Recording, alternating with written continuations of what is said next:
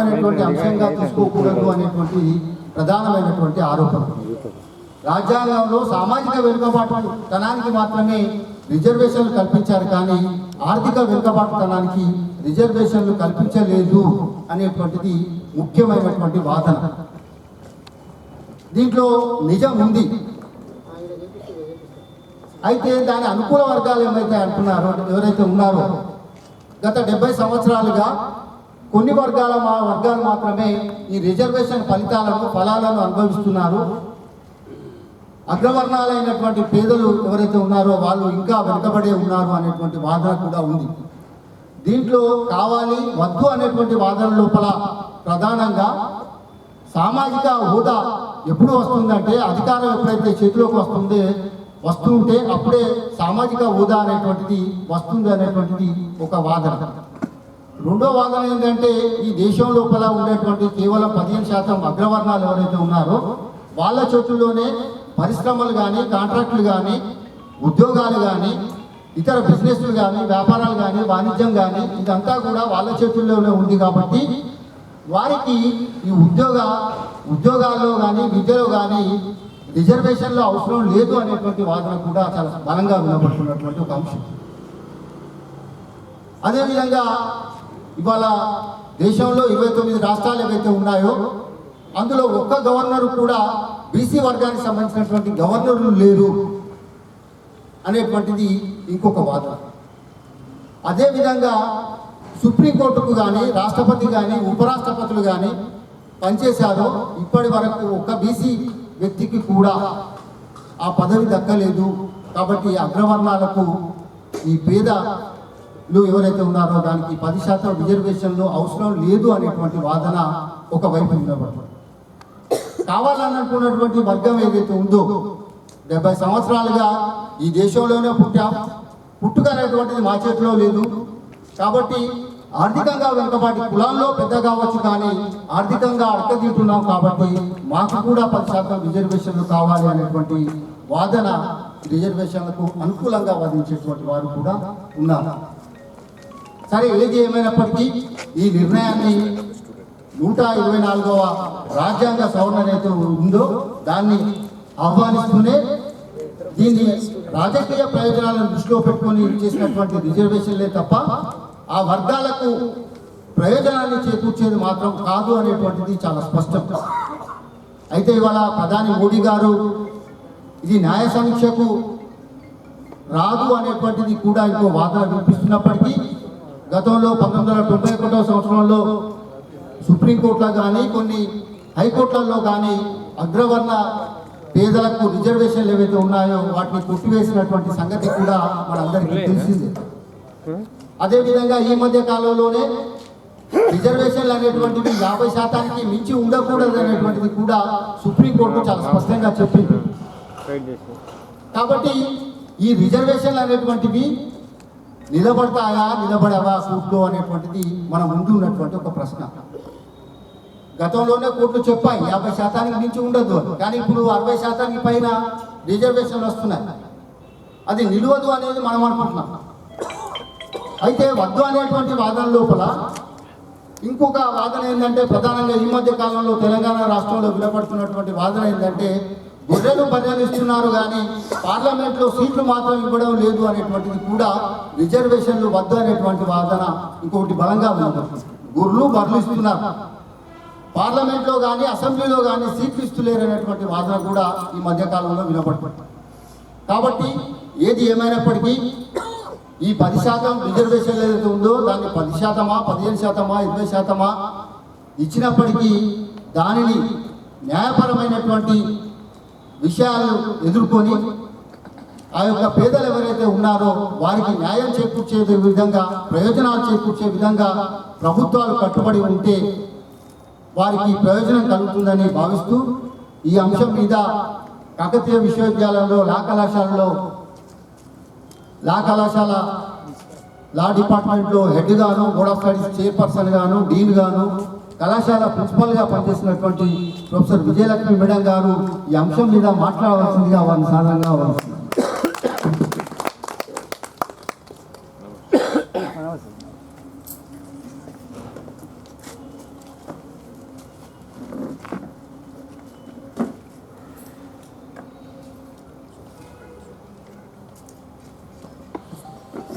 నమస్కారం.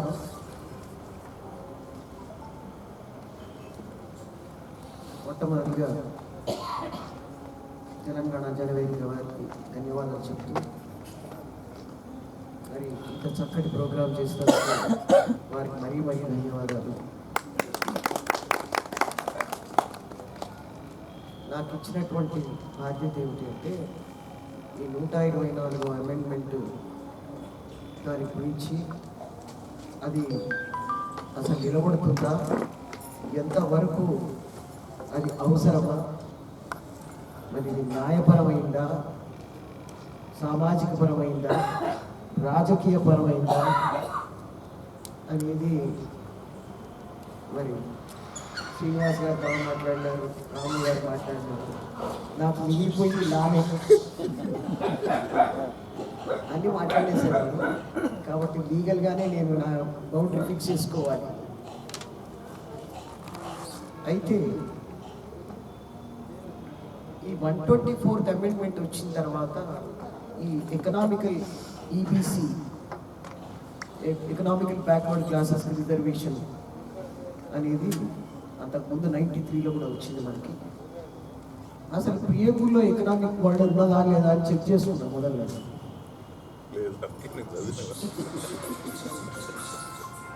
చదివితే economic justice మాత్రం ఉంది కానీ ఎకనామిక్ ఈక్వాలిటీ లేదండి. అంటే అది వాళ్ళ రాసుకున్నదే కాదు. అంటే ఎకనామికల్ జస్టిస్ అర్థం వేరు, ఇక్కడ ఎకనామికల్గా వాళ్ళని అప్లిఫ్ట్మెంట్ చేయడం వేరు, రెండు వేరు. అంటే ప్రియేబుల్ మనకి పీఠిక కాబట్టి మనం మొత్తం ఎలా చేసుకున్నా, ఏ పరిపాలనా అధికారులు ఏది చేసినా ప్రియేబుల్ని వ్యతిరేకించరాదు, దానికి విరుద్ధంగా పోరాదు. ఎందుకు అంటే మన కేశవానంద భారతి కేసులో బేసిక్ స్ట్రక్చర్ కాంపోనెంట్లో ప్రియేబుల్ కూడా ఒక బేసిక్ స్ట్రక్చర్ ఎలిమెంట్. తర్వాత రెండో పదం వచ్చింది ఏమిటి అంటే చాలా విచిత్రంగా ఉంటుంది మనం మాట్లాడుకుంటుంటే. 14, 15, 16 ఈ ఆర్టికల్స్ 3 కూడా ఈక్వాలిటీ కిందనే మన రాజ్యాంగం రాస్తుంది. కాకపోతే అది ఎడ్యుకేషన్ ఇన్స్టిట్యూషన్స్ కొరకే, ఆర్టికల్ 16 ఎంప్లాయ్మెంట్ అపాయింట్మెంట్ కొరకే అని సపరేట్గా రాసుకున్నాం. కానీ ఈ 3 ఆర్టికల్స్ ఒక గ్రూప్గానే చేసి రాసుకున్నాం ఇందులో. అయితే ఇంత పంచాయతీ ఎందుకు అసలు? మనకు 14లోనే పర్మిషన్ ఇచ్చింది కదా రిజర్వేషన్ చేయమని అనిపిస్తుంది. అంటే ఆర్టికల్ 14 పర్మిట్స్ రీజనబుల్ క్లాసిఫికేషన్. అంటే reservation is nothing but a classification. కాకపోతే class legislation is not permitted, but reasonable classification is permitted అంటారు. అది ఒక్క పదమే అనకుండా ఈ క్లాసిఫికేషన్ ఎప్పుడు జస్టిఫైడ్ అవుతుందని కూడా మనకి చెప్తారు. ఎప్పుడు అంటే classification versus the object or nexus అంటాడు, నెక్సెస్ అంటాడు. అంటే మీరు చేసే క్లాసిఫికేషన్కి మీరు అచీవ్ చేయబోయే ఆబ్జెక్ట్కి రిలేషన్షిప్ ఉండాలి. ఏదైనా మీరు ఒక లా చేయండి, లేదా ఏదైనా ఒక పాలసీ డెసిషన్ తీసుకోండి, దానివల్ల మీకు జరగబోయే పరిణామాలకి సంబంధం ఉండాలి. ఆబ్జెక్ట్ బి అచీవ్డ్ అంటాడు. అంటే ఏమిటి అంటే మీరు ఏ ఉద్దేశం మీద ఏది అచీవ్ చేయాలనుకుంటున్నారో దానికి సంబంధంగా ఉన్నదా లేదా అనేది బేసిక్ మనకు రివ్యూ చేసుకోవాల్సినటువంటి పరిస్థితి. దానికి ఆర్టికల్ 15 క్లాస్ 6 అక్కర్లేదు, ఆర్టికల్ 16 క్లాస్ 6 అక్కర్లేదు. ఇప్పుడు రియలీ ఇందిరా సాని కేసులో కనుక ఇంటర్ప్రిటేషన్ చేసినట్టయితే వాళ్ళు అదే చెప్పారు. Article 14 itself permits reasonable classification. Whether reservations made now whether it is reasonable or not అనేది క్వశ్చన్. కాబట్టి the constitution empowers the government to make a reasonable classification. The burden of legislation is to prove that objective achieved is related or not. మరి ఎవరు చెప్పాలి ఇది?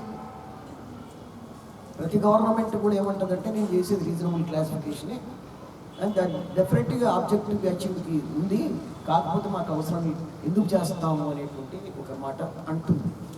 కానీ ఇక్కడ legislature weather దానికి ఒక లిమిటేషన్స్ పెట్టింది మన కేశవానంద భారతి కేసు. ఎందుకు అంటే 1973 కంటే ముందు ప్రతి పొలిటికల్గా తిప్పుకున్నారు కాన్స్టిట్యూషన్. తిప్పుకొని అసలు కాన్స్టిట్యూషన్ రూపమే మారిపోయే పరిస్థితి వచ్చింది. అంటే ఇవన్నీ ఎడిషన్లు మేము పాఠాలు చెప్పేటప్పుడు వెనక పలానా ఎడిషన్లు ఏమున్నదో పలానా ఇయర్లో ఏం జరిగిందని అనుకోవాలి, కానీ ఒరిజినల్ కాన్స్టిట్యూషన్ ఉంటుందో లేదో అనేటువంటి ఒక అనుమానం వచ్చింది. వచ్చి ఏం చేశారు అప్పుడు, how far you are going to amend it, change it. ఆ ఒరిజినల్ రూపం అంటే మనకు ఒక దేవుడు ఒక మొహం ఇచ్చాడు, ఫేస్ ఇచ్చాడు. ఆ ఫేస్లో మీరు ప్లేస్మెంట్ అన్ని కరెక్ట్గా చేస్తేనే అది ఫేస్ అవుతుంది. కాకపోతే కళ్ళు పెద్దగా పెట్టుకోండి, ముక్కు చిన్నగా పెట్టుకోండి, నోరు పెద్దగా పెట్టుకోండి, నుదురు పెట్టుకోండి, జుట్టు ఎక్కువ పెట్టుకోండి, ఏమైనా చేయండి, but structure, basic structure should not be changed. మొహంలో ఒక కన్నును ముక్కు ప్లేస్లో పెడితే చూడగలమా? అది ఒక వికృతంగా ఉంది. కాబట్టి దాన్ని ఏమన్నా మీ ఇష్టం, చిన్నవి పెట్టుకో పెద్దవి పెట్టుకో ఏమైనా చేసుకో, బట్ ఆ ఫేస్లో ఉండేటువంటి లిమిటెడ్ ప్లేస్లో మీరు ఈ ఆర్గన్స్ అని పెట్టాలి. పెట్టకపోయినట్టయితే it looks to be abnormal, deranged. That results in the handicapness, challenging అవుతుంది. కాబట్టి ఏం చేశారు, మీకు ఒక స్పేస్ ఇచ్చారు దేవుడు, ఇచ్చి ఇందులో అన్ని పెట్టుకోండి, అక్కడే ఉండాలి. సో కాన్స్టిట్యూషన్ కూడా మనకి కేశవానంద భారతి కేసులో బేసిక్ స్ట్రక్చర్ కాంపోనెంట్ పెట్టి, అంటే మీరు ఏమైనా చేసుకోండి, బేసిక్ స్ట్రక్చర్ కాంపోనెంట్ మాత్రం డిస్టర్బ్ కాకూడదు. అయితే ఈ 9th షెడ్యూల్ వర్డ్ కూడా ఇక్కడ మాట్లాడుకోవాలి. ఈ 9th షెడ్యూల్ ఏమిటి అంటే 1951లో ఫస్ట్ అమెండ్మెంట్ వచ్చినప్పుడు అది అమెండ్మెంట్ వ్యాలిడిటీ కొరకు జ్యుడిషియల్ రివ్యూ పోతే fundamental rights should not be abridged or taken away by any amendment అని అన్నప్పుడు నెహ్రూ గారి ఆధ్వర్యాన ఒక 9వ నంబర్ బాక్స్ ఓపెన్ చేయడం జరిగింది. 9th షెడ్యూల్ పెట్టి దానికి ఒక గుండు గుత్త, ఈ డబ్బాలు వేస్తే ఎవరు ఓపెన్ చేయరు. No judicial review if any bill is dropped into the 9th schedule. అంటే నో చెకింగ్.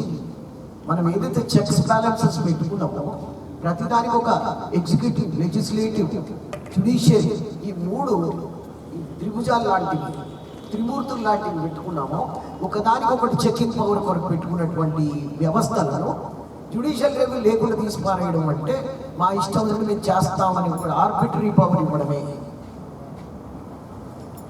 అయితే 9th షెడ్యూల్లో వేయడం వల్ల ఏమవుతుంది అంటే సమీకరణ లేదు, న్యాయ విచారణ లేదు, చెక్స్ జ్యుడిషియరీని తీసి పక్కకు పెట్టడమే. అయితే కేశవానంద భారతి కేసులో జ్యుడిషియల్ రివ్యూ అనేది ఒక బేసిక్ స్ట్రక్చర్ కాంపోనెంట్ అని చెప్పి క్లియర్గా చెప్పారు. కాబట్టి any bill has to B, దాంట్లో ఇంకొక పదం వాడాడు ఏమని అంటే 1973 కంటే ముందు పాస్ అయిన 9th షెడ్యూల్లో ఉన్నాయని వ్యాలిడే. ఎందుకంటే స్ట్రక్చర్ కాంపోనెంట్ తర్వాత వచ్చింది కదా. కాబట్టి ఈ బేసిక్ స్ట్రక్చర్ కాంపోనెంట్ రానంత వరకు ఏవైతే 9th షెడ్యూల్ పెట్టారో వాటికి రివ్యూ లేదు. మళ్ళీ ఏం చేశారు, సరే ఇప్పటి వరకు మళ్ళీ జ్యుడిషియల్ రివ్యూ ఉన్నది, ప్రతిదానికి ఏం పెడుతున్నారు. చాలా విచిత్రంగా ఉంటాయండి. అసలు ఒక ప్రొవిజన్కి ఒక ప్రొవిజన్ చెక్ బ్యాలెన్స్ కాన్స్టిట్యూషన్ ఉందా లేదా అని అనుమానం వస్తున్నది మనకి. అందుకని వాళ్ళు మోడీ గారు రాసినటువంటి బిల్లులో కొన్ని పదాలు మనకి ఇందిరాసాని కేసులో లేని ఎలిమెంట్స్ ఆయన డిఫెక్ట్స్గా పెట్టాడని చెప్పచ్చు. ఎందుకు అంటే ఇందిరాసాని కేసులో మనకి కొన్ని అంటే ఒక చాలా ముఖ్యమైనటువంటి సమీక్ష జరిగింది. దాని మీద 9 జడ్జెస్ కూర్చున్నారు. కూర్చొని వాళ్ళు పాయింట్ వైజ్ ఇచ్చారు. అసలు ప్రశ్న ఎక్కడ వచ్చింది అంటే whether reservation of economically backward classes done in 1993 whether it is a law. Srikanth గారు చెప్పండి సార్. రాలేదండి, చాలా గమ్మత్తుగా మనం కొన్ని పాయింట్స్ మనకు బియాండ్ అవర్ ఇమాజినేషన్. రాగాది సుప్రీంకోర్టుకి రమ్మంటారా మరి కదండి. అంటే అక్కడ ఏం చేశాడు, విపి సింగ్ గవర్నమెంట్లో కానీ తర్వాత వచ్చినటువంటి పివి నరసింహరావు గారి గవర్నమెంట్లో కానీ that was not a law made by the parliament but that was a official memorandum issued by the government. So law కానప్పుడు పైపులు కనుక పైపులు ఉంటాయి కదా అవి connection law is not put to judicial review కదా కాదు. Even within the definition of law under constitution, an official memorandum, an order, a promulgation, a law, bylaw, అన్ని కూడా లా అంటారు. ఆ పైపులు కావాలి లా డెఫినిషన్. అది లీక్ కాబట్టి ఈ అఫీషియల్ మెమోరాండం ఇచ్చినటువంటి లెటర్ ఏదైతుందో that was challenged before the bench, రేపు నేను ఉంటాను supreme court bench consisting of 9 judges. Sir. So ఇక్కడ now it is a law passed by the parliament, assented by the president, so it has become a law. So there is a distinction between Mandal case, Indira Sawhney కేసునే Mandal case అంటాం మనం. ఆ కేసుకు ఈ రోజు వచ్చినటువంటి amendment కి జ్యుడిషియల్ రివ్యూలో ఏమవుతుందనే దానికి నేను చెప్తున్నాను. Number 1, this is a law, that was not a law. రెండో పాయింట్ వచ్చింది ఏంటి అంటే జ్యుడిషియల్ రివ్యూ లేదు, ఉన్నది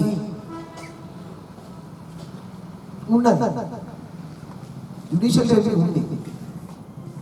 రెండో పాయింట్ ఏం చెప్తాడు అంటే the directive principles of state policy under 46 article they are only directives, they are not rights. So ఆ డైరెక్షన్ తోటి నేను ఎకనామికల్ బ్యాక్వర్డ్ వాళ్ళకి వాళ్ళ రిజర్వేషన్ చేస్తున్నా అంటున్నాడు మోడీ గారు. It's a direction given to me by the constitution. I am strictly binding with the directions and oka support dorikindi ayina. They are not enforceable, manaku telusu. But enforcement for what? For economically backward classes and clear ga 46 చెప్తున్నది మనకి. కాబట్టి నేను constitution obligation లోనే ఈ bill పెట్టాను. ఇంత supporting points.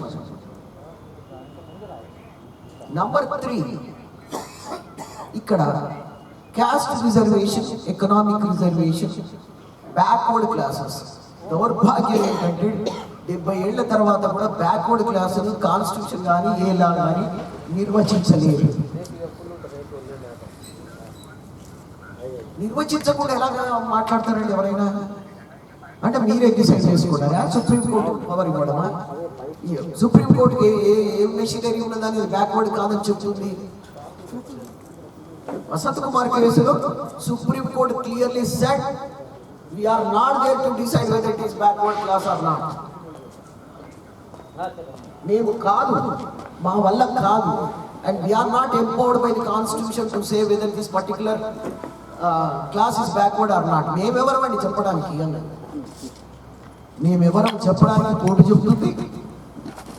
Backward class ఏమో లా define చేయదు, మరి ఎగ్జిక్యూటివ్ వీళ్ళు అదేం చెప్తాను చేస్తాను కదా. అందుకని ఇక్కడ క్యాస్ట్ బ్యాక్వర్డ్ క్లాస్, మరి బ్యాక్వర్డ్ క్లాస్ అంటే ఇవాళ మీరు అప్లిఫ్ట్మెంట్ ఆఫ్ బ్యాక్వర్డ్ క్లాసెస్ అనుకున్నప్పుడు that is the constitutional goal. Who is backward తెలియదు, and you are not able to define it. అల్టిమేట్గా ఏమన్నారు? ఎకనామికల్ క్రైటీరియా కాదు. మరి ఏం ప్రాతిపదిక మీద పోవాలి? బ్యాక్వర్డ్ క్లాస్ అంటే ఎవరు? పూరర్ సెక్షన్స్ కావు. So ultimately there was a sell out that caste is the only criteria. ఇంకా వేరే మనకు కుదరట్లేదు. ఏ విధంగా పోయినా కూడా అది కాంప్రమైజ్ మనకు ఫిట్ అవ్వట్లేదు. అయితే ఇందిరాసాని కేసులో now it base for the 124th amendment challenge, now it is challenge in the court. కాబట్టి జడ్జిమెంట్కి ఇవన్నీ యాడ్ అవుతాయని నేను అనుకుంటున్నాను. దాంట్లో ఏం చేశారు? ఇందిరాసాని కేసులో క్యాస్ట్ క్రైటీరియా అనుకుంటూ ఇట్ ఈస్ నాట్ ఓన్లీ అనే పదం పెట్టాడు. ఈ only should be underline, it should not be taken as easy. So not only అంటే క్యాస్ట్ బ్యాక్వర్డ్నెస్, బ్యాక్వర్డ్నెస్ అంటే క్యాస్టా, ఒక ప్రొఫెషనా, ఒక ఆక్యుపేషనా, ఏదన్నా ఆ పదాలన్నీ పెట్టారు. కాబట్టి వాళ్ళు ఏం చేశారు, ఎకనామిక్ కన్సిడరేషన్ లేకుండా caste with all other professions and occupations అని పెట్టాడు. అంటే కొన్ని ఆక్యుపేషన్లు క్యాస్ట్తో సంబంధం లేకుండానే బ్యాక్వర్డ్ క్లాసెస్కి పోయింది. దాంట్లో క్యాస్ట్ సంబంధం లేదు, వాళ్ళని ఎవరైనా బ్యాక్వర్డ్ అంటారు. అయితే ఈ బ్యాక్వర్డ్నెస్ అప్లిఫ్ట్ చేయడానికి కొరకు మనకి 15(4)లో పెట్టారు, 15(3)లో పెట్టారు, 15(4)లో పెట్టారు, 15(5)లో పెట్టారు, 16లో పెట్టారు. ఇప్పుడు నౌ యాడెడ్ యాజ్ 16(6), 15(6). అసలు ఈ తతంగం అక్కర్లా. Under article 14 it can be done అని మనకు చెప్తుంది కేసు. తర్వాత క్యాస్ట్ అలోన్ అన్నప్పుడు మళ్ళీ ఎకనామిక్ కండిషన్ పెట్టారు ఇందిరాసాని కేసులో. క్రీమీ లేయర్ అంటే ఏమిటి, మళ్ళీ economical condition. Salary or income position, అంటే వాళ్ళు ఐఏఎస్ ఆఫీసర్స్ అయినా, క్లాస్ 1 ఆఫీసర్స్ అయినా, ఎంప్లాయీస్ అయినా, ఇవన్నీ అయినట్టయితే they cease to be backward classes. They should not be given any reservation.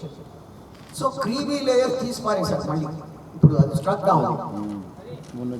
ఇవాళ క్రీమీ లేయర్ నిజంగా ఉంటే ఎవరికి లాభం అవుతుంది అని ప్రశ్న కనుక మనం వేసుకున్నట్టయితే ఎవరికి లాభం అవుతుంది? ఈబీసీ వాళ్ళకి ఏం లాభం కాదు. మెరిట్ లో అంటే ఎలివేటెడ్ లో బీసీస్ డినై వాళ్ళు ఎంజాయ్ చేస్తూ, real BCs are really with in the sense of the backwardness they will get the chance. Creamy layer తీయడంలో అర్థం ఏంటి? Again there is a classification between economically elevated backward, economically not elevated backward. మరి అది అవసరం కాదా? కానీ creamy లేయర్ని ignore చేసింది. మరి ఎకనామికల్ 46 అనేది ఇవాళ కొత్తగా పెట్టినటువంటి ఆర్టికల్ ఏం కాదు. కాన్స్టిట్యూషన్ రాసుకున్నప్పుడే డైరెక్షన్ ఉంది. ఇవాళ ప్రియంబుల్లో లేకపోవచ్చు, ప్రియంబుల్లో అన్నీ చొప్పించబడలేదు. కాబట్టి ఆర్టికల్ 46 క్లియర్లీ సెడ్. అప్పుడు ఎందుకు ఈ 46 ఆర్గ్యుమెంట్ రాలేదో మనకు తెలియదు. తర్వాత ఇవాళ ఢిల్లీలో తమిళనాడు వాళ్ళు సంతకం పెట్టలేదు. ఎంత విచిత్రం అండి, వాళ్ళేమో 69% రిజర్వేషన్ తీసుకుంటారట, ఈ బిల్లులో సంతకం పెట్టారట. ఏంటి అంటే వాళ్ళకి 69 కావాలి కానీ మిగతా అడగొద్దా? What is your attitude? చూడండి, అప్పుడేమో 69 రిజర్వేషన్ 9th షెడ్యూల్లో వారు ఇచ్చి ఎంత డ్రామా చేస్తారండి. పొలిటికల్ వాళ్ళు చూస్తే వాళ్ళకి ఒక లా అంటూ అవసరం లేదు, వాళ్ళకి ఏం కావాలో చేయించుకోవాలి అంతే. అదే లా కాదు వాళ్ళకి. 69% రిజర్వేషన్ చేసి, the literature gives me the information. కాన్స్టిట్యూషన్లో ఎడిషన్స్ అవుతుంటే ఇన్ఫర్మేషన్ దొరుకుతుంది నాకు. ఏంటి అంటే ఈ 69 రిజర్వేషన్ చేసినప్పుడు 50% రిజర్వేషన్ లిమిట్ ఉంది కదా అని అడిగారు. అంటే జ్యుడిషియల్ రివ్యూ లేదండి దానికి, కాబట్టి మేము 69 చేసుకుంటాము. ఎందుకు 69 ఎట్లా చేసుకుంటారు మీరు అంటే, ప్రెసిడెంట్ అసెట్ ఇచ్చినాడు కాబట్టి ఆ బిల్లు మీద. ప్రెసిడెంట్ ఎట్లా ఇచ్చినాడు? ప్రెసిడెంట్కి తెలియదా 50% రిజర్వేషన్ ఉంది లిమిటేషన్ అని? ఆయన ఎందుకు ఇచ్చినాడు అంటే, ఆ రోజు గవర్నమెంట్కి తమిళనాడు అలయన్స్ కావాల్సి వచ్చిందట. అంటే ఇది కాన్స్టిట్యూషన్ రాసుకున్నది. అంటే ఇవాళ మనకు ప్రెసిడెంట్ గారు అలయన్స్ ఉంటే ఈ బిల్లు పాస్ అవుతుందా? సుప్రీంకోర్టు జ్యుడిషియల్ రివ్యూ లేకుండా కొట్టిపారేస్తుందా? ఎంత ఎక్కడ ఫిట్ అవుతాయో అర్థం కావట్లేదు. కాన్స్టిట్యూషన్లో చెప్పిన వాళ్ళకి మాకు కూడా ఇబ్బంది అనిపిస్తున్నాయి. ఇవాళ 69% because the government, the president has signed the bill, so they go for a 69% reservation. మరి మీరు ఏ రూల్ ప్రకారం, ఏ లా ప్రకారం 69 పెట్టారని ఎవరైనా అడుగుతున్నారా? అయితే దీంట్లో ఒక జిమ్మిక్స్ వచ్చిందండి. ఆర్టికల్ 31 ABC 3 కాన్స్టిట్యూషన్ లో మనకి provisions. Originally before 42nd amendment they were dealing with the right to property, and this was amended only for agrarian reforms.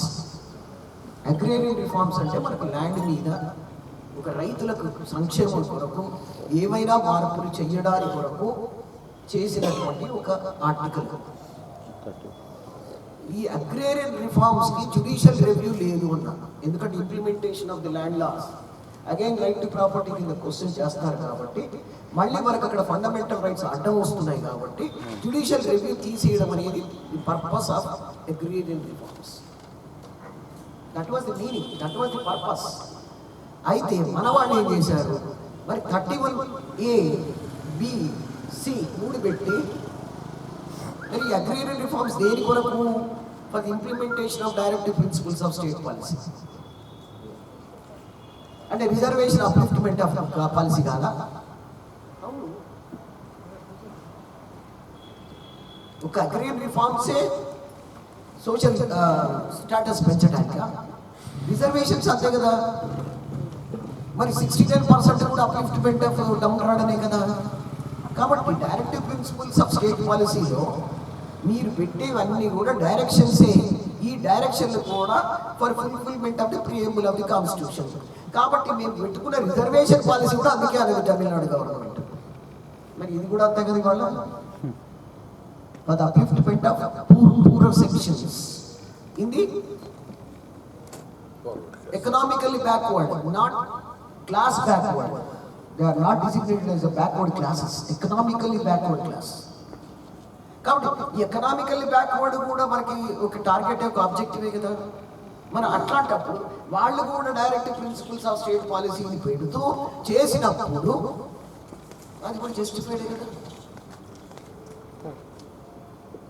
లాజిక్గా నేను కాన్స్టిట్యూషన్లో పెడుతున్నాను మీకు, అది పొలిటికల్గా నేను మాట్లాడలేదు. If constitution interpretation comes for the judicial review, then all these things will come into the arguments. ఒకటి, number 1, it is a law, it is not an official memorandum. Now the supreme court has to interpret the law made by the parliament. Now the law is already there. Economical అనే word లేదు అని అన్నప్పుడు now I'm incorporating for the upliftment of the economically backward. So it should not be put into the 9th schedule, and which does not go against the judicial review.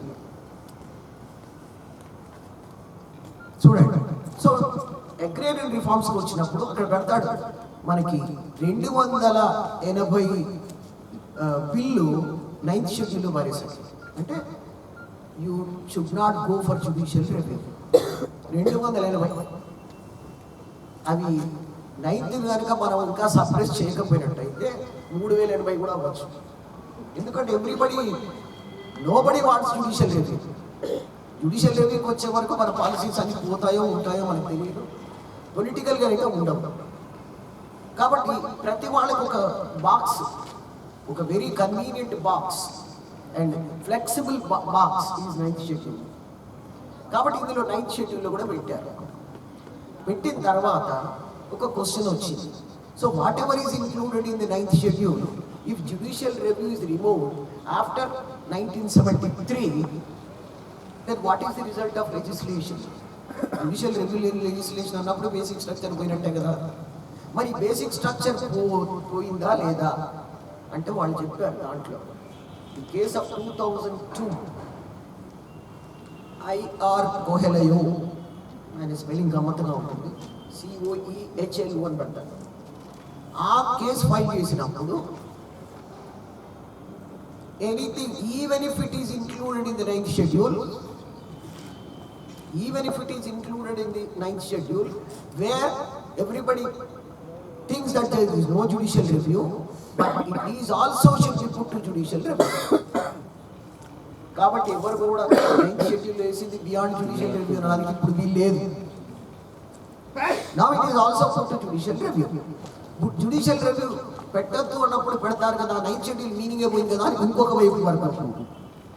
అయితే ఈ కేసులో మాత్రం supreme court very clearly said there will be a judicial review because that is a basic structure of the constitution.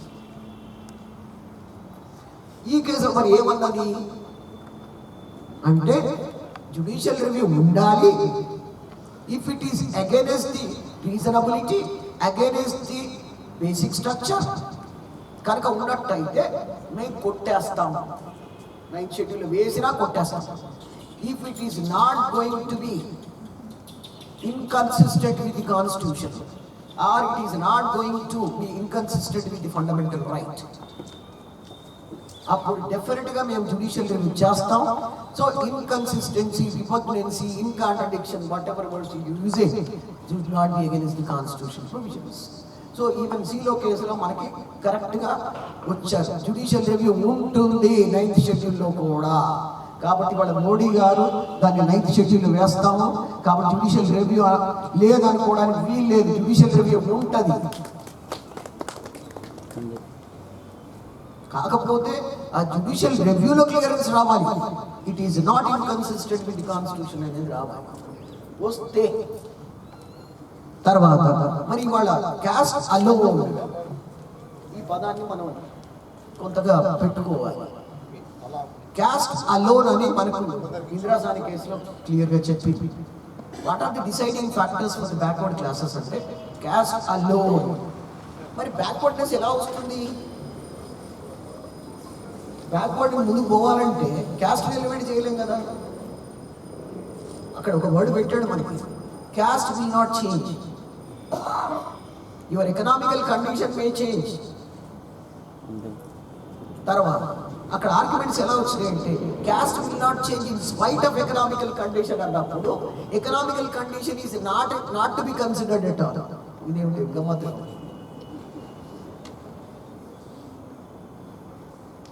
ఇవాళ what is social status? ఇవాళ articles చదువుతున్నారు. ఎవరిది? కృష్ణయ్య గారు, ఆయన BC commission something some leader. ఆయన అదే అంటారు, ఇవాళ క్యాస్ట్ కంటే స్టేటస్ కు మనం ఇంపార్టెన్స్ ఇస్తున్నాము. Is it not contradictory statements? ఒకవేళ ఆయన ఐఏఎస్ ఆఫీసర్ అయితే మీరు ఆయన ఇంకా దళిత వర్గం లేదా బ్యాక్వర్డ్ క్లాస్ చూస్తారా? అప్పుడు చూసి ఉండొచ్చు 1950లో. ఇప్పుడు ఆయన స్టేట్మెంట్లో అది రాశాను ఇక్కడ ఏమని, ఇవాళ position, the status which everybody forgets it. మనకు అక్కర్లేదు. ఆయన ఎవరయ్యా అంటే కలెక్టర్, ఆయన ఎవరయ్యా అంటే పెద్ద ఆఫీసర్, ఆయన ఎవరంటే పెద్ద industrialist. So now status is conferred by the position and by the economic condition. ఆయన ఫలానా caste is does not change అని అనుకుంటూ మన క్యాస్ట్ ఎలివేషన్లో ఇవన్నీ మనకు ఎగ్జాంపుల్ చెప్తున్నాం. Now the society is feeling it. లీగల్గా మాట్లాడకపోవచ్చు, బట్ సామాజికంగా మాట్లాడినట్టయితే డెఫినెట్గా ఈ డిఫరెన్స్ మనకు కనబడుతుంది. డెఫినెట్ కనబడుతుంది ఈ యొక్క స్టేటస్ సింబల్స్. రెండవది ఏమంటాడు ఆయన, ఇన్ని ఆర్గ్యుమెంట్స్ మీద now when Indira Sane case has gone for the review before 9 judges bench, now it has to go beyond that 9 judges bench. అంటే మళ్ళీ 11 మంది జడ్జిలను పెడతారా, 13 మంది జడ్జిలను పెడతారా తెలియదు. ఆల్రెడీ కోర్టులో ఫైల్ చేశారు కదా. అయితే దానికి కాన్స్టిట్యూషనల్ బెంచ్ ఎంతమందిని జడ్జి పెడతారో మనకు తెలియదు. పెట్టాలంటే 9 కంటే ఓవర్ ఉండాలి. 12 మంది. మరి 11 మంది రేపు జడ్జెస్ కనుక కూర్చున్నట్టయితే జ్యుడిషియల్ రివ్యూ పేరు మీద, implementation of directive principles of state policy మీద, not affecting the basic structure of the constitution కదా. అండ్ అల్టిమేట్గా ఇది law, not a office memorandum act కదా.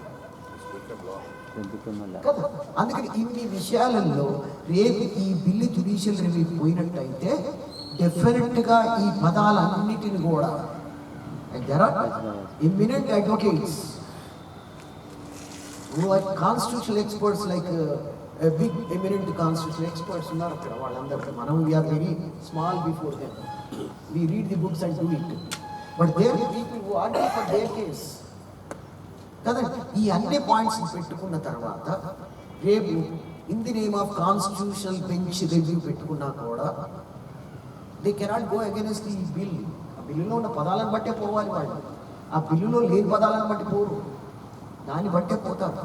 సో మోడీ పొలిటికల్గా చేశాడనేది ఇప్పుడు ఇద్దరు స్పీచ్లో మనకు తెలిసిపోయింది. 3 రోజులు ఇలా హరీబరీగా చేశారు. మా విమెన్ బిల్లు 30 ఏళ్ళని చేయరు కదండి, 30 ఏళ్ళైనా చేయరు. దానికి హరిబరి లేదు. ఏ గవర్నమెంట్కి ఇష్టం లేదు ఆడవాళ్ళకి రిజర్వేషన్ ఇవ్వడం. కాన్స్టిట్యూషనల్లీ ప్రొటెక్టెడ్ విమెన్ మేము Under Article 15(3) and 16(3), special provision should be made for the women and child. అన్నదాన్ని మీరేమి స్పీడ్ చేయరు చూడండి. అంటే ఎంత స్పీడ్ అవసరమా అంటే వాళ్ళ దృష్టిలో అది అవసరం. ఆడవాళ్ళు ఎప్పుడైనా ఒకటే కదా, ఇవాళ చేసిన ఒకటే, రేపు చేసిన ఒకటే, ఎల్లుండి చేసిన ఒకటే. ఎందుకంటే any government is of same opinion. వీళ్ళ వల్ల మనకు లాభం లేదు, మా సీట్లు పోతాయి, వదిలేదు, ఎవరు సూసైడ్ అని బిల్లు సంతకం పెట్టారు. కానీ ఇదేమిటి ఎకనామికల్లీ బ్యాక్వర్డ్ అనేది ఇప్పుడు పొలిటికల్ స్ట్రాటజీకి అవసరం. రెండవది, ఈ ఎకనామికల్లీ బ్యాక్వర్డ్ అనేది మిగతా ఆపోజిషన్స్ అన్ని ఎందుకు సంతకం పెట్టలేదు? ప్రధానికి ధ్వజమెత్తుతాయి, చిన్నదానికి అసలు పార్లమెంట్ స్తంభించిపోతాయి. మరి దీనికి ఎందుకు పెట్టలేదయ్యా అంటే వాళ్ళు కూడా ఆన్సరబుల్లే కదా వాళ్ళ కాన్స్టిట్యున్సీస్లో. ఎకనామికల్లీ బ్యాక్వర్డ్ అనే దానికి వాళ్ళ కాన్స్టిట్యున్సీస్లో వాళ్ళకు కూడా పెద్ద పెద్ద కులాలి వాళ్ళు డబ్బులు ఇచ్చి వాళ్ళ ఓట్లు క్యాంపెయిన్ చేసేటువంటి వాళ్ళందరూ కూడా ఎకనామికల్లీ ఫార్వర్డ్ వాళ్ళే. మరి వాళ్ళలో బ్యాక్వర్డ్ ఉన్న వాళ్ళకి ఓట్లు ఏంటంటే వాళ్ళ కులాలు అన్ని పైకి వస్తున్నాయి, మాకు కమిషన్లు పెట్టండి, మాకు కమిషన్లు పెట్టండి. ఈ బిల్లు పోగానే కుల సంఘాలన్నీ బయటకు వచ్చినాయి, వచ్చి మేము చేసినాం, మా వల్లనే అయినాయి కూడా అంటున్నారు. ఇలా పెద్ద పెద్ద అప్పర్ క్యాస్ట్లు ఏవైతున్నాయో, అప్పర్ క్యాస్ట్ పెద్దది కావచ్చు, వాళ్ళలో కూడా బ్యాక్వర్డ్నెస్ ఉన్నది. ఇవాళ మేమందరం ప్రయత్నిస్తే వచ్చినాయి అనేటువంటి అవకాశం వాళ్ళు తీసుకుంటున్నారు. పోతే ఈ ఎకనామికల్లీ బ్యాక్వర్డ్ అందరికి లభిస్తుంది. దీంట్లో ఏ క్యాస్ట్ క్రీడ్ లేదని క్లియర్గా చెప్తున్నారు, ఎక్సెప్ట్ మైనారిటీ తప్ప. రెండవ లాభం ఏం చేశాడు దీంట్లో, this law applies in all education institutions, aided government, not aided private. ఇన్ని పదాలు అంటే ఈ బిల్లు కనుక పాస్ అయితే ప్రైవేట్ కాలేజెస్ కూడా ఎయిడ్ లేకున్నా కూడా they have to follow the రాష్ట్ర of reservation. Even private companies also be they are అన్ని ఎంప్లాయ్మెంట్లో కానీ 16-15 రెండు చేశారు కాబట్టి అపాయింట్మెంట్లో ఎడ్యుకేషన్ ఇన్స్టిట్యూషన్స్లో this has to be done. ఇంకొక చిన్న ఊరట కలిగించాడు, దాంట్లో ఎక్స్ప్లెనేషన్ క్లాజ్ ఒకటి పెట్టి ఈ economical limitation that can be change. కాబట్టి ఇవాళ మనం 8 లక్షలు, 1000 గజాల జాగా, 100 గజాల ఇల్లు, లేకపోతే ఇంకా ఏదో అని లిమిటేషన్ పెట్టాడు. ఆ ఎక్స్ప్లెనేషన్లో ఒక పదం రాస్తాడు, this can be changed, it is not sustainable, permanent కాదు. కాబట్టి డిపెండ్ అయితే ఇక్కడ చాలా మనకు ప్రజల రెస్పాన్స్ వస్తున్నది. మీరు 75,000 రూపాయల జీతం ఉన్నవాడు కూడా ఇవాళ ఎకనామికల్లీ బ్యాక్వర్డే. ఎందుకంటే 8 లక్షలు కాదు, అది tax payer is now economically backward in India. ఏం జవాబు చెప్తామండి దీనికి మనం? 2,50,000 లిమిటేషన్ మనకి. తర్వాత మీరు సేవింగ్ చూసుకుంటే 5 లక్షల వరకే. తర్వాత 8 లక్షలు అంటే 20% చొప్పున 60,000 ట్యాక్స్ కట్టాలి. నేను ట్యాక్స్ పేయర్ని బ్యాక్వర్డ్. మరి దీనికి ఎక్స్ట్రీమ్ బ్యాక్వర్డ్ ఎవరు? కాబట్టి ఇవి చేంజ్ చేసుకునేటువంటి ఒక ఊరట పెట్టాడు. కాబట్టి 8 లక్షలు దానికి ఏవైతే గైడ్ లైన్స్ పెట్టారో అవన్నీ కూడా మారడానికి అవకాశం ఉన్నది. ఎందుకంటే పీపుల్ ఆర్ రెస్పాండింగ్. ఎందుకంటే ఎందుకు పెట్టారు 8 lakhs వాళ్ళు అంటే దే విల్ బికమ్ కాంపిటీటర్స్. అది బాధ. వాళ్ళు తీసేస్తే కాంపిటీషన్ తక్కువ అవుతుంది. కానీ 8 lakhs వాళ్ళ ట్యాక్స్ పేయర్స్ అందరూ కూడా 75,000 రూపాయల జీతం వచ్చే పబ్లిక్ సర్వెంట్స్ కూడా we are economically backward as per your bill, as per your law. మరి ఈ economically backward getting about 8 lakhs limitation ఉన్నవాడు ఈ విల్ బి డెఫినెట్లీ మళ్ళీ క్రీమీ లేయర్ కిందకే వస్తారు. మీరు ఒక విధంగా చెప్పాలి, క్రీమీ లేయర్లో ఎవరికి నష్టం అవుతున్నదో ఈ 8 lakhs లిమిటేషన్ పెట్టడం వల్ల మళ్ళా అదే వాళ్ళకి నష్టం. సో ఇవన్నీ మనకి చేంజెస్ కనబడుతున్నాయి కాన్స్టిట్యూషన్ లాలో. కాబట్టి ఇలా డైరెక్ట్ ప్రిన్సిపల్స్ ఇన్వాల్వ్ అయినాయి, ఫండమెంటల్ రైట్స్ ఇన్వాల్వ్ అయినాయి, 9th షెడ్యూల్ ఇన్వాల్వ్ అయింది, plus preamble of the constitution పెట్టుకున్నాం. ఆర్టికల్ 15 క్లాస్ 3, 4, నౌ 5, 6, 16, 4, 5, 6 ఇన్ని యాడ్ చేసుకున్నటువంటి ఈ bill very perfectly drafted bill. అయితే పొలిటికల్గా చేశాము అని అనుకోకుండా లీగల్గా పెట్టారు. అందుకని మాకు ఒక లాలో ఒక సేయింగ్ ఉంటుంది, what indirectly cannot, what directly cannot be done, it can be indirectly done. కనీసం లా చూడంగానే ఇది అన్యాయం అని అనిపించకూడదట. ఇట్ అపియర్స్ టు బి, కనబడాలి, అది ఉన్నది లేకపోలేదు. కాబట్టి వాళ్ళు ఎకనామికల్లీ బ్యాక్వర్డ్ అనే వరకు ప్రజల్లో స్పందన ఎలా వస్తుంది అంటే అప్పర్ క్యాస్ట్ మా అందరికి కూడా ఒక ప్రొటెక్షన్ వచ్చింది. We also enjoy the constitutional rights, we also take benefit out of the constitution అనే ఒక ఫీలింగ్ వచ్చింది. అది రాజకీయం అయితే మనకు అక్కర్లేదు, కుల ప్రాతిపదిక మీద పెడితే మనకు అక్కర్లేదు, మీరు అది జ్యుడిషియల్ రివ్యూ పెడతారో లేదో తెలియదు. But for all my reasons, with all little knowledge in the constitution, I say that this will be definitely put to judicial review and bill will come out of the judicial review. Thank you very much.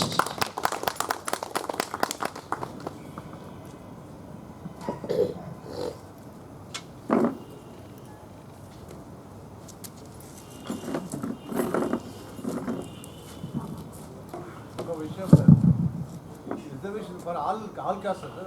All except minority అని చెప్పింది కదా.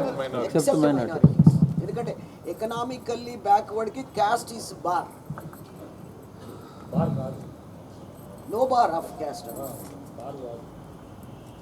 Professor Vijayalakshmi madam garu సుమారుగా 40 నిమిషాల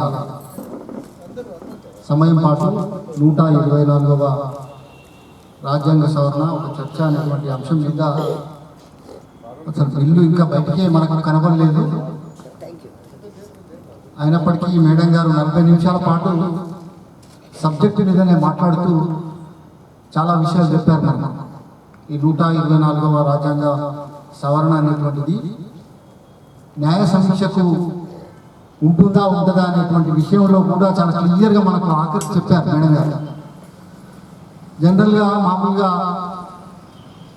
పార్లమెంట్లో కానీ రాజకీయ నాయకులు మొన్న చేసినటువంటి చర్చల్లో 9వ షెడ్యూల్లో చేర్చడం వల్ల న్యాయ సమీక్షకు లేదా న్యాయ విచారణకు అవకాశం ఉండదు అనేటువంటి విషయాన్ని చెప్తారు. కానీ దాంట్లో కూడా 9వ షెడ్యూల్లో చేర్చినప్పటికీ కూడా న్యాయ విచారణకు లేదా న్యాయ సమీక్షకు తప్పకుండా అవకాశం ఉన్నదనేటువంటి విషయాన్ని మేడం గారు మనకు చాలా స్పష్టంగా చెప్పారు. అదే విషయంగా అందులో భాగంగానే 14, 15, 16వ ఆర్టికల్స్ ఏవైతే ఉంటాయో సమానత్వం గురించి తెలియజేస్తూనే ఈ యొక్క 124వ రాజ్యాంగ సవరణ బిల్లు లోపల ప్రాథమిక హక్కులు, ఆదేశిక నియమాలు, ఇతర అనేక అంశాలు ఇందులో కొట్టుకొని ఉన్నాయి అనేటువంటి విషయాన్ని కూడా ప్రొఫెసర్ విజయలక్ష్మి మేడం గారు మన ముందు చాలా స్పష్టంగా తెలియజేస్తూనే ఇందిరా సహాని కేసు గురించి కూడా వారు పదే 2 సార్లు కూడా చాలా స్పష్టంగా చెప్పారు. ఇంకో విషయం ఆఫీస్ మెమోరాండంకు మరియు లాకు ఉండేటువంటి తేడాలను, సంబంధాలను కూడా ప్రొఫెసర్ విజయలక్ష్మి మేడం గారు తెలియజేశారు. వారికి తెలంగాణ జనవేదిక తరపున ప్రత్యేకమైనటువంటి ధన్యవాదాలు మేడం గారు.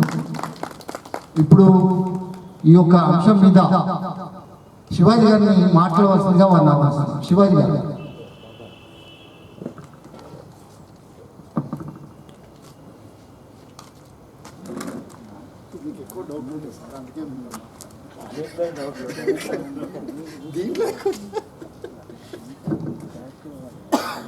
సభకు నమస్కారం. అధ్యక్షులు శ్రీనివాసరావు గారికి, చీఫ్ గెస్ట్ విజయ్ కుమార్ గారికి, విజయలక్ష్మి మేడం గారికి, కన్వయ్య రాము గారికి, సంజయ్ రెడ్డి గారికి, ప్రియమిత్రులారా, ఈ 124 అమెండ్మెంట్ వచ్చిన తర్వాత ఉద్యోగస్తులైనటువంటి 2 భార్యాభర్తలు విడాకులు తీసుకొని సహజీవనం చేస్తే మన పిల్లలకి 8 lakhs లిమిటేషన్ కింద రిజర్వేషన్ పొందొచ్చు కదా అని ఎక్కువ ఆలోచన చేస్తున్నారు.